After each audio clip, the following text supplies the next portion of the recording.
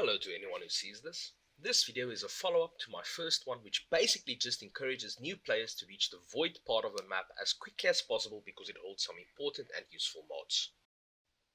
The aim of this video will be to shed some light on how to use the modding system, and with it I will also be giving a small recommendation on how to spend your hard-earned endo.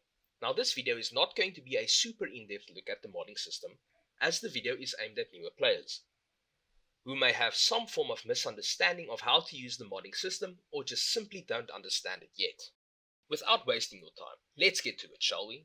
The modding system in Warframe is unique amongst most games, considering the depth that it possesses compared to what one sees the first time one uses it. The players who spend hours creating the perfect build can attest to how simple and yet how frustrating the modding system can be. The modding system is also one of the most important things to master in the game, as it is the backbone of all playstyles and progression. A fully modded MK1 Bratton is stronger than an unmodded Soma Prime. It doesn't matter what type of gameplay you are doing, everything both uses and needs mods.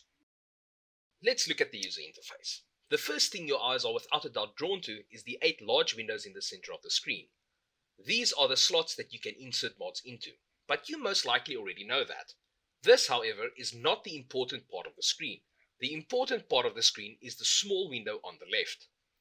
This window shows you all your stats and you can hold your mouse over it to show what they do. Most of these stats are fairly self-explanatory.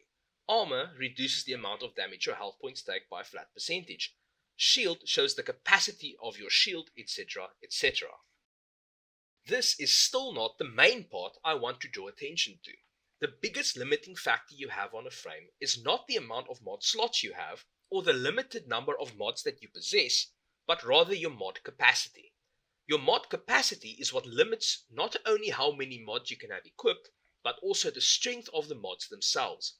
Every mod, as it becomes stronger, and thus has better stats, also requires more capacity. In the early game, you will jump from having too much capacity to not enough.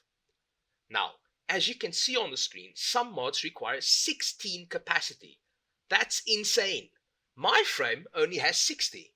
Does that mean I can only equip 3 mods that use 16 capacity? No. This is the beginning of the modding iceberg. You see how mods have a sign next to their capacity requirements? Some have the shape of a V and some have this weird triangle.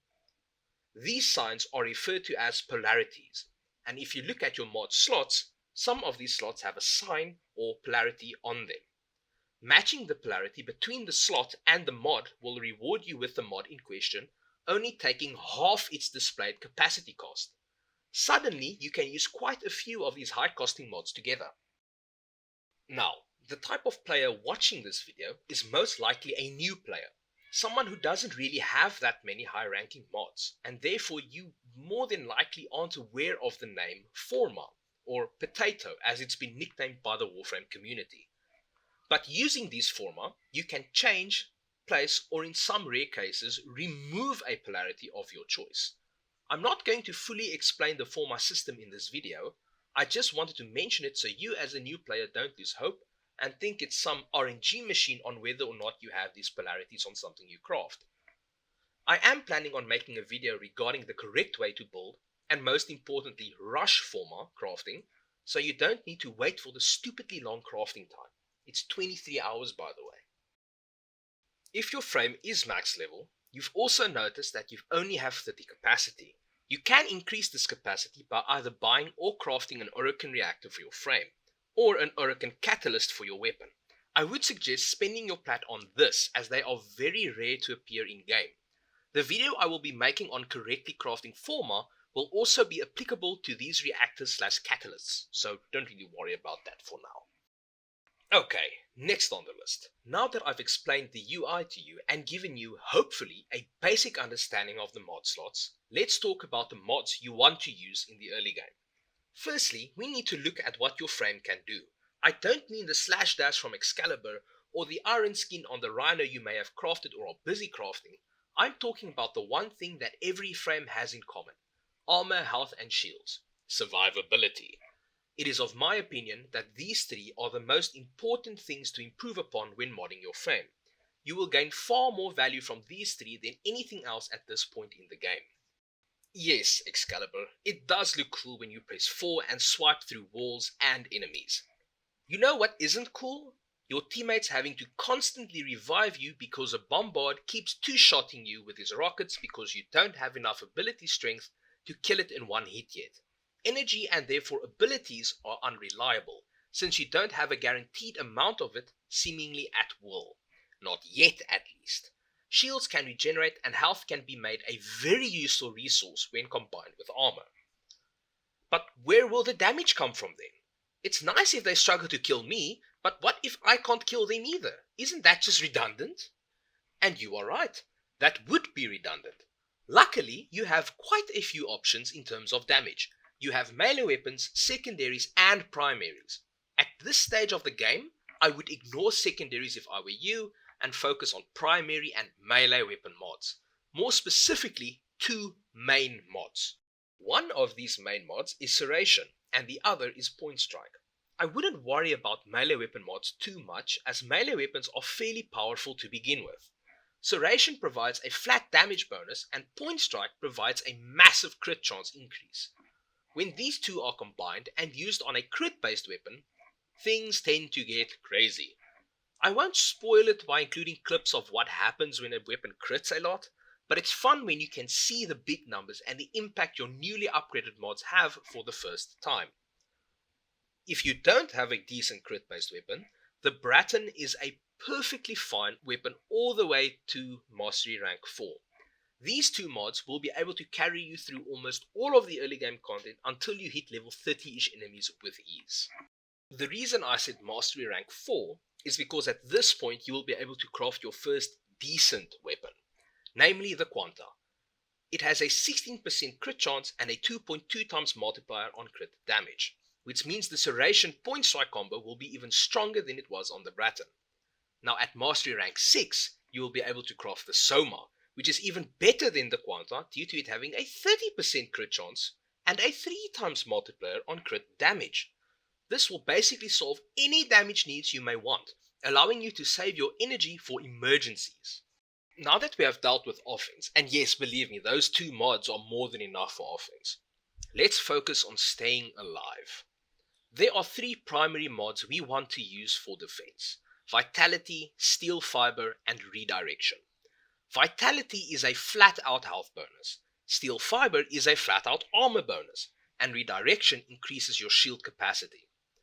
An argument can be made for which one is more important, but each one performs a different role, and personally I would argue that all three are equally important, but how much value you get out of them is purely up to how you play the game. Vitality is health. The more you have, the harder you are to kill, but it does not regenerate as shields do. This does not, however, mean that shields are better than health. You see, health is affected by armor, while shields are not. Armor reduces damage you take to your health by a flat percentage. This brings us to something referred to as effective HP. Effective HP is how much damage you can actually take before dying. Let's look at the example on the screen, and for argument's sake, let's assume we have 0 shield. We currently have 740 health and 472 armor. This means our damage reduction from armor is 61.1%. So our effective HP will be 740 plus 61.1% of 740, which leaves us with 1192 effective HP. This means that after our shields are down, we can take 1192 damage before actually dying. This can also translate into that is how much time we have to either kill whatever is attacking us should we choose not to run away, or this is how much time we have to find a corner and hide where our shields can have enough time to regenerate before we die. This is not as useless as it sounds. In fact, late game, health is far more valuable than shields simply because of how easy it becomes to regenerate health, and because one can often have more effective HP than one can have shields. This does not mean that shields are useless. Shields regen quickly. Back when I started playing, I found shields to be far more useful than health and armor simply because of mod capacity. To have a big effective HP, you need 2 good mods with high capacity costs. To have a giant shield, you need 1 good mod with a high capacity cost. The second big issue with effective HP is that it only becomes much better than your shield when you have a method to restore health. Because of the mod capacity issue and the availability of Endo, I would encourage you to level your redirection mod first, but plan ahead for both Vitality and Steel Fiber. I would strongly encourage you to Google a method to farm Endo in the early game, as it will help you level your weapons, your frame, and give you a bunch of resources, and provide you a massive boost in terms of having stronger mods. Do not ignore Vitality and Steel Fiber once you have them. The defense they provide you when your shields are down must not be underestimated, especially when you are fighting a boss with a lot of damage that is hard to avoid. And one last bit of advice. At the top of your frame's mod slots, in the middle, you will find an aura slot. What makes the aura slot interesting is the fact that it provides bonus capacity if you fill it. And if you fill it with a matching polarity, it will double the amount of capacity that it provides. An aura is also something that affects your entire party. For example, with a steel charge mod, everyone in my party will have 60% bonus melee damage. I would like to sincerely thank anyone who sees this. Thank you for watching it, and I do hope that it does help you. Starting out in this game can be very annoying, and just real quickly, when making a new weapon and seeing those ridiculous build times, but I'll explain it in the former video, but believe me, it's not pay to win. It's there is an actual method to the madness. DE, as in Digital Extremes, they just don't really explain it that well.